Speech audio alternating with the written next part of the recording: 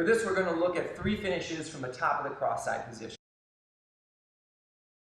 And we're not going to dive in too deeply. We're going to give you a quick overview from 3 different positions, arm positions, for the person on the bottom.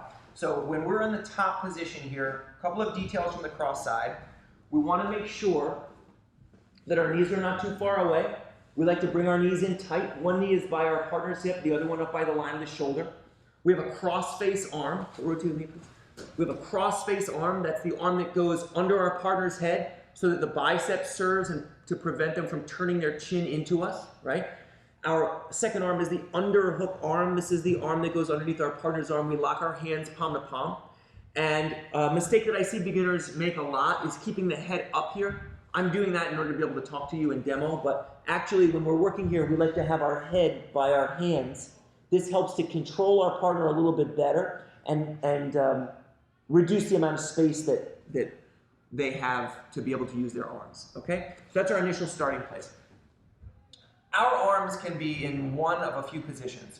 We can have the underhook where we are under our partner's arm. That's ideal for the top person. We can be over our partner's arm. They have the underhook. Not ideal. If we don't do anything with this arm, our partner will often scissor up and go to our back. So usually from this configuration, when a partner throws the arm around our waist or our legs, we move into the whizzer. That leads us into a position where we're side by side, seatbelt whizzer, the dog fight position. Back down, please. And then we can also have a position where we're like our hands are locked and we're kind of in a mid-range position. So I don't really have the underhook. His elbow is slightly under my armpit, so it's a kind of gray area here. All right, we're going to look at submissions from all 3 of those areas. First, let's look at a position when we have the underhook, our ideal grip here. When we're working and we feel that we have this underhook, a very nice choice to make is to attack this arm. To do that, we're going to draw our partner up onto their side.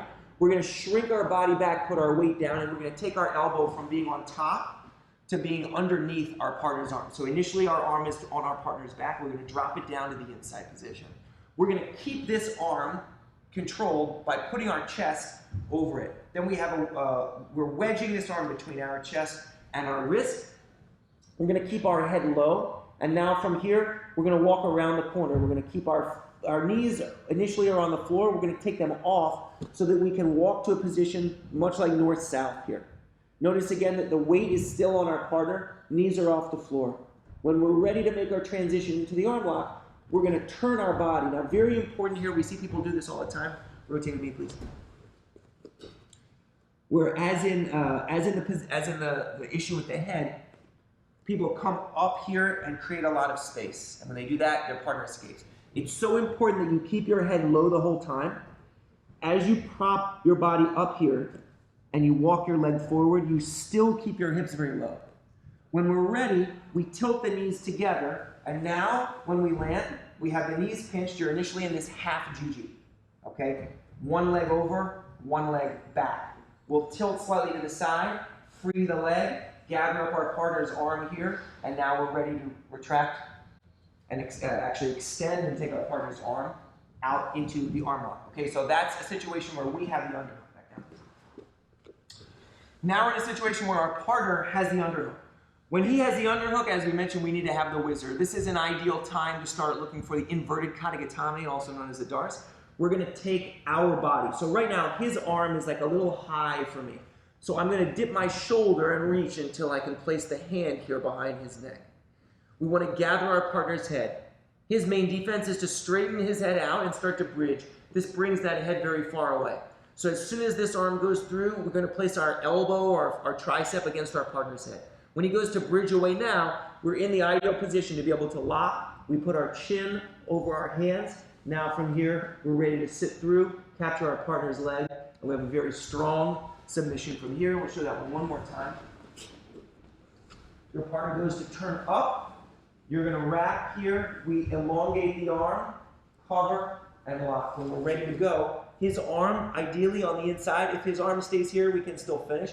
The best place for your partner's arm is in front of your body. Okay, so sometimes if the arm is back a little bit, it can be difficult to finish. We'll often sprawl and shift our hips so that we can come forward, capture. We can use our right leg as a hook here, and we can move to the mounted position, and then we have our submission. Okay, last one. Here we are in this this gray area. Our partner is not trying to take the back, but we don't have a full underhook here. In fact, his elbow is resting right underneath my armpit. So when I feel this happening, we're going to keep our cross face in place. The main risk here is the knee-elbow escape. So as he's going into knee-elbow escape, look, we're going to turn our body almost into kind of like a Kezzagatami to face our partner. That's going to block their legs. And we're going to take our shoulder, right, the front of our deltoid, right by our partner's elbow. Now from here, we're going to walk our arm up. We're not trying to control our partner's head and arm like in a conventional fashion. We're going to walk this up in order to be able to get our partner's elbow high. You're going to move your head from one side to the other by straightening your arm and locking here. We still have some concern about the knee-elbow escape. So immediately from here, we're going to walk our body so that our hips move into our partner's legs. Our head goes to the mat. You're going to put your chin over your hands. You're going to heist up, and we're going to slide. We bring the right knee across first, then we switch. So we're out off to the side here, sprawling the body out, elbow wide, and you have a good katagatame. Okay, one last time. So, elbow to armpit. We're worried about knee elbow. We sit the body through, we capture. We finger walk and clear. We lock, knee across, switch the hips, sprawl out, and you have your katagatame. So, 3 good attacks, 3 different arm positions. Hopefully this was helpful. If you liked it, let us know. We'll see you soon.